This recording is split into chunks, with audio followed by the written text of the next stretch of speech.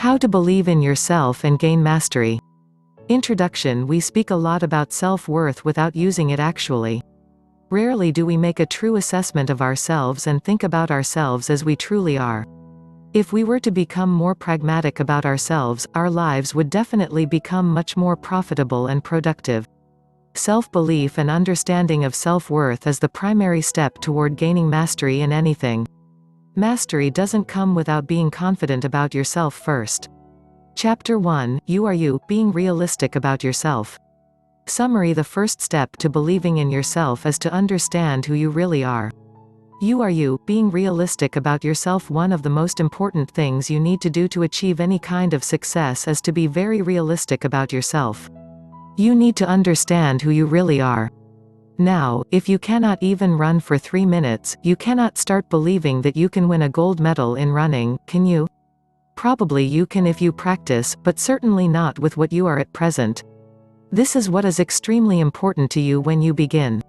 You have to understand your strengths and your capabilities. Realizing that is a very important step of believing in yourself. There are people all around you achieving something or the other. Some are experts at playing the guitar, some are very brilliant with accounting, and some are great at housekeeping and so on. When we see such people, we do get impressed and we do say something, I wish I was like him or her. This is common human tendency. But that does not help us when we are trying to foster our belief in ourselves. If we are to do that properly, the most important thing we need is to know what we are really capable of. Take a moment to think. Think what your strengths are. Think what you can do. We are not talking about things that you are an expert in, even some amount of knowledge in that particular area will do. Then take a blank sheet of paper and write down these things. Then arrange them in order. The first 3 things should be the things that you really do well, followed by things that you can do fairly well, followed by things that you can barely do but you can learn and improve. Take a look at this sheet of paper. Keep it with you always. This is what you are capable of. It is a part of what you are. This realization is extremely valuable to you when you are trying to make a self-assessment. You need to know what you can do and what you can improve upon. If you are trying to become a master at something, it is very important to be sure of yourself and not live under illusions. Remember that you shouldn't take what people say at face value. Someone may tell you that you paint well, but that person may be prejudiced. You have to value yourself. Probably entering into a competition will tell you where you stand. At the same time, don't shoot yourself down too much either. If you are good at something, you are good at it. Don't get overworked that you aren't as good as the legends. You can always improve. The most important thing is to value yourself. When you know your limitations and your potentials, you know you can stand much better on your own. Chapter 2, Goals, How They Help Your Self-Belief. Summary. Set goals. This helps you in chalking out a path that you will travel on in your life. If you believe in yourself, you will also achieve these goals and move on from one point to the other. Goals, how they help your self-belief. Goals are a very important aspect of our life. We are rationally thinking creatures, we don't live by instinct. That is the reason we need goals that can help us take from one point to another in our lives. When we are at school, our goals could be to achieve a particular grade. When we are in college, our goal might be to score a particular mark to get admission in a certain professional course. When we are able to work, our goal could be to get into a particular organization and so on. We are always setting goals for ourselves, and trying to reach them. If you aren't establishing goals already, you are leading an unplanned life. Your life lacks direction. You aren't living, you are merely existing. You are merely taking life as it comes. However, a person who has goals in life has one very important benefit. They come to know what they are really worth. If you have set a particular goal for yourself and you achieve it, you know you are capable of that. This makes you surer about yourself. You know now that this was something you could do and you did. This is not just something on your resume, it is something that is etched into your life. It has become a part of yourself. And it will reinforce the belief you have in yourself. Consider this. You set a goal to earn $100,000 in the first 3 months of your business. When you are setting the goal, you are only shooting in the dark, whatever the factors that influence your goal setting might be. But then you really strike this achievement. Now, you know that wasn't shooting in the dark. You know you are capable of such a thing. It has made you believe in yourself and you can go and plan bigger things. This is what goals do. They concretize something that's just a hazy picture, a vague idea. Goal achievement makes you realize your strengths and helps your belief in an enormous way. Chapter 3: Appreciate your successes. Summary: don't just move on from one point to another like a frog does. Take time to smell the roses at each point. Appreciate your successes. When you are moving on your path of progress, you will have hits as well as misses. There will be things you will do better that you expected, and there will be things that you will flounder at. Now, it is very important that you understand what you achieve. It is very important that you realize where you have succeeded and you appreciate it, because this is what will propel you forward. When you achieve something, however trivial it might be, make sure to take some time out and celebrate it. It does not need to be a huge celebration, but you must do something to underline the fact that you achieved something. You might just want to hang out with your friends and party, or maybe take a break and go on a holiday that has been long overdue. But celebrating is must. Why is that so important? For one, when you are celebrating something, you are creating a memory. You will remember the success better because you partied after that. You will etch it into your subconscious and conscious mind. And when you remember your success in a better way, you will remember that you were capable of achieving that. This success gets written in indelible ink in your list of accomplishments. It adds to your self-belief. But if you don't party and let the achievement pass you by without a whimper, you are likely to forget about it soon. It won't amount to much either, because there's no happy association that you have created for it. It is highly important to involve people in your celebrations. People around us reinforce our feelings. If you party with friends or family, these people understand the magnitude of your accomplishment too. Chances are that their zest and zeal for celebrating your success will rub off on you and make it linger. There will also be a lot of talk about your achievement, and many of these things will remain with you forever. If you are making a practical belief about yourself, that belief should not exaggerate your weaknesses, nor should it downplay your achievements.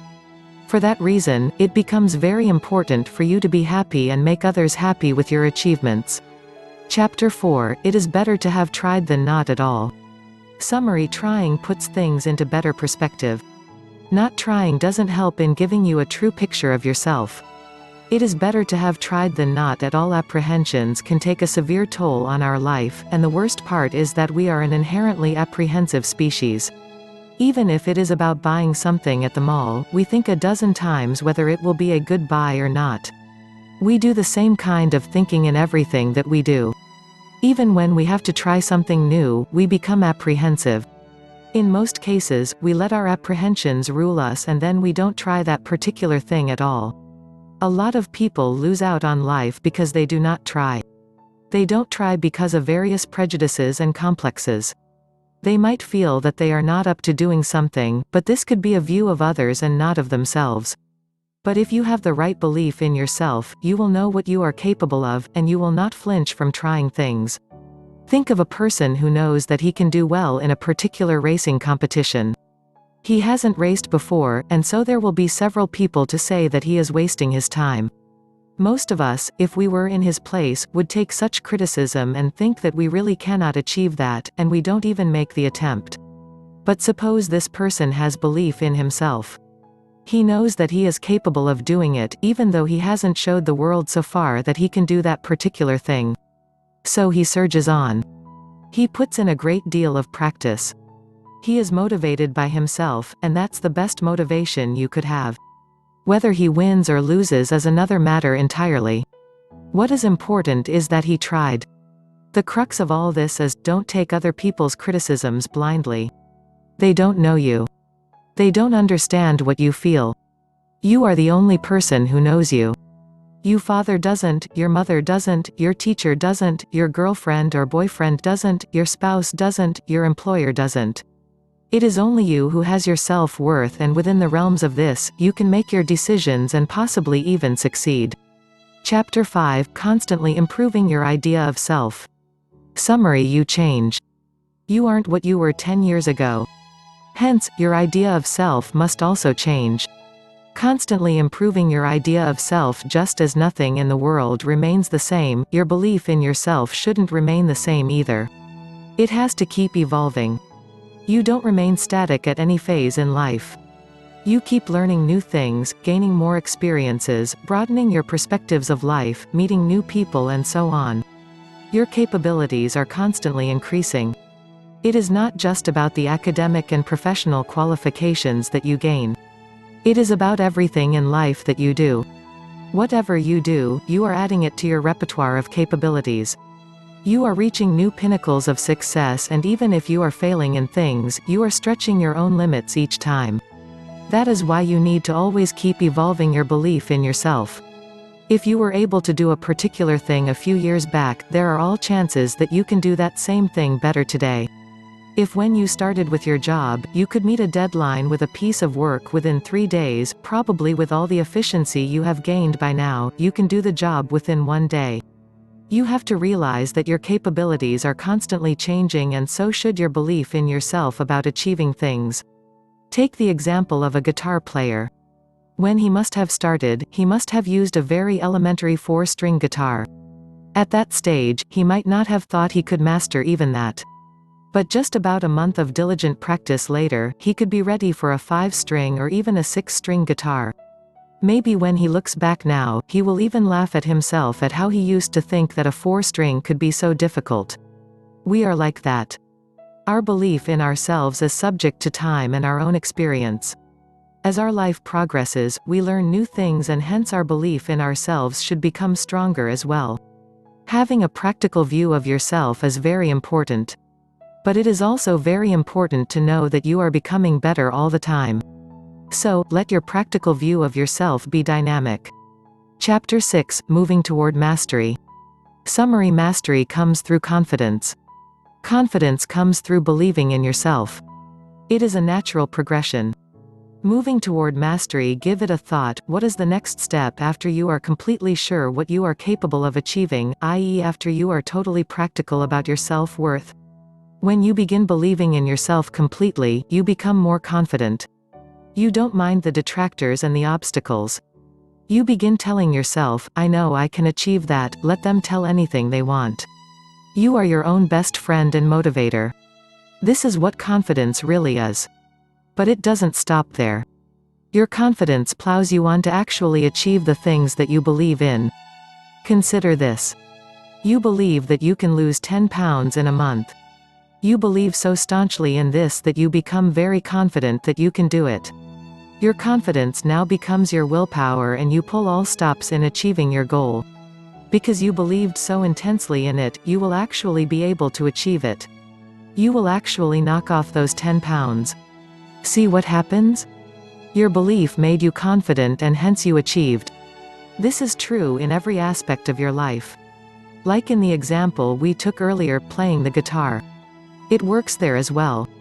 You believed you could play it, you became confident, and you are now able to play Hotel California wonderfully. Now what? Now you try other things. You try other songs. You believe you can do it. With each new song that you learn, your belief in yourself is reinforced. You try more difficult songs. You try Guns N' Roses. You try Aerosmith.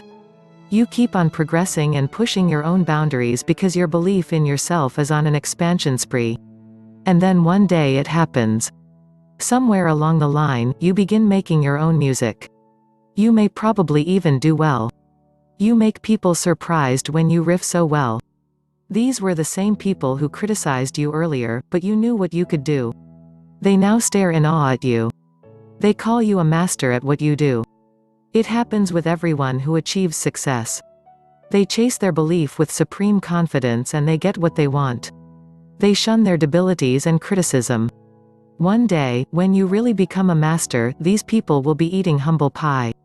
They will carry on criticizing someone else, but you are the one who will have achieved what you believed in. Chapter 7, The 4 Vital Ingredients for Achieving Mastery. Summary: gaining mastery is actually a sequential process. Here are the 5 things you will need to pack for the journey. The 4 vital ingredients for achieving mastery. Believing in yourself. Without this primary ingredient, you aren't going to be able to become a master at anything. To become an expert, it is absolutely vital that you know you can achieve it.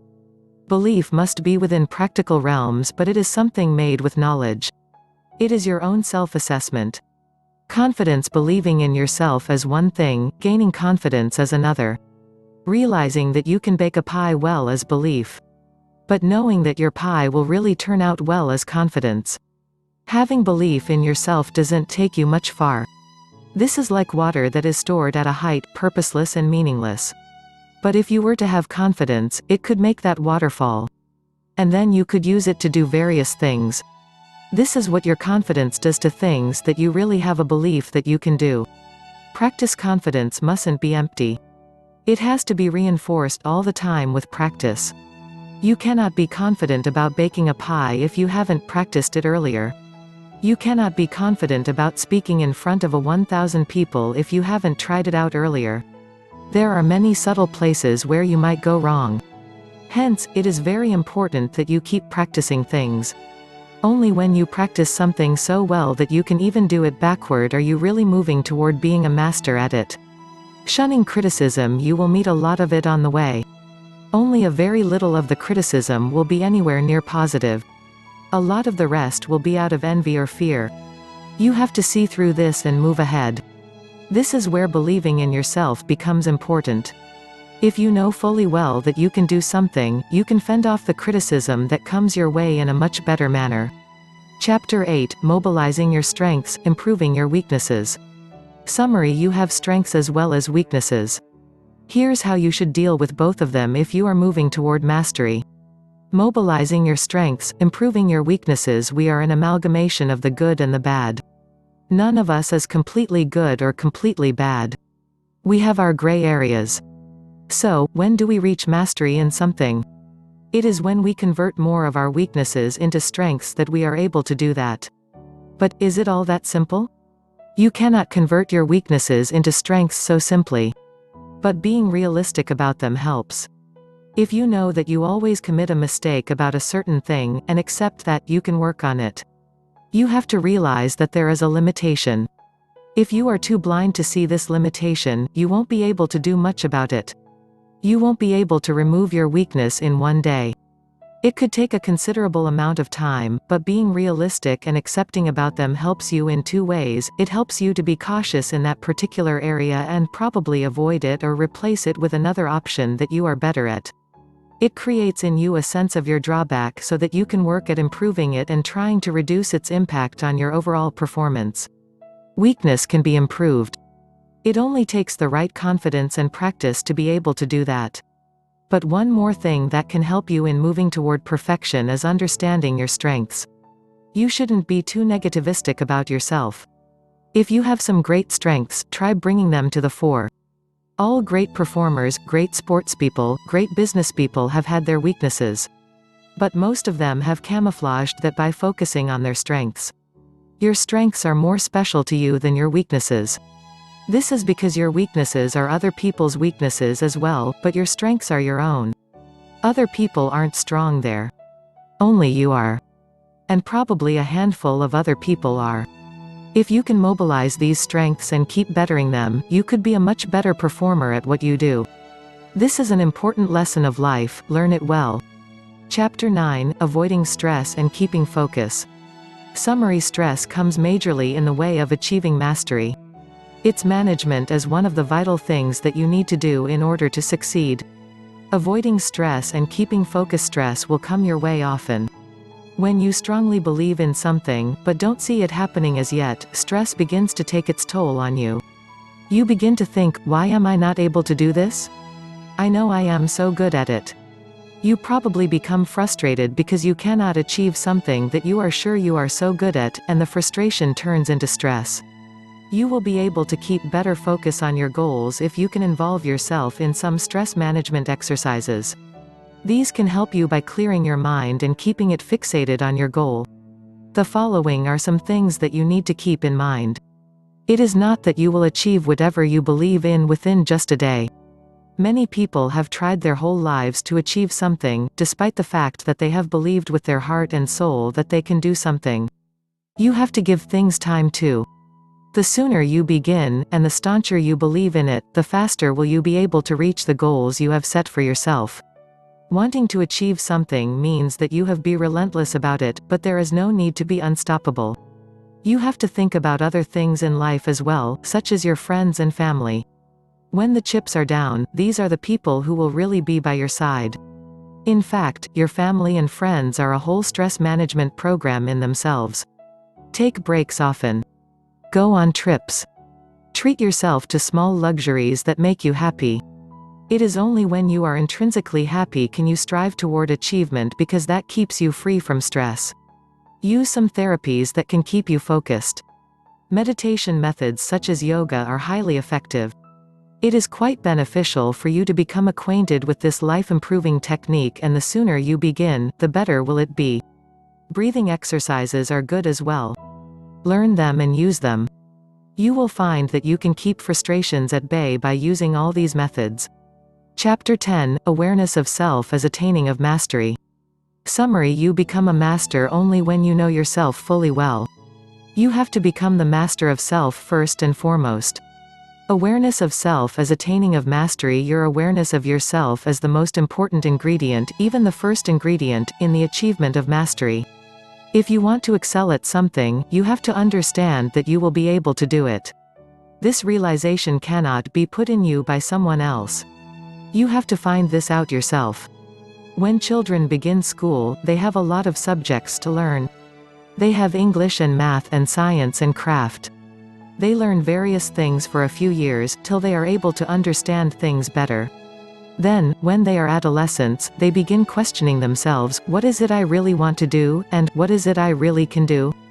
This is the first step toward realization of self. The adolescents are making a self-investigation into what they are able to do. Then they choose what they want and enter into that stream in college. But even there, they find there will be specialization courses. Again, they have to ask what they have to do: physical chemistry or organic chemistry, sociology or human studies, accountancy or economics, and so on. The self-investigation continues. As these individuals begin understanding themselves better and better, they move toward finer modes of specialization. This is what we have to continue throughout our lives. We have to always be sure of what we want to do and what we can do, and make our decisions that way. Mastery lies in understanding our capabilities and using them to the hilt. A person who constantly does that will always be taking strides in the direction of becoming more and more proficient at that thing. But, of course, practice is important. We can never undermine its importance.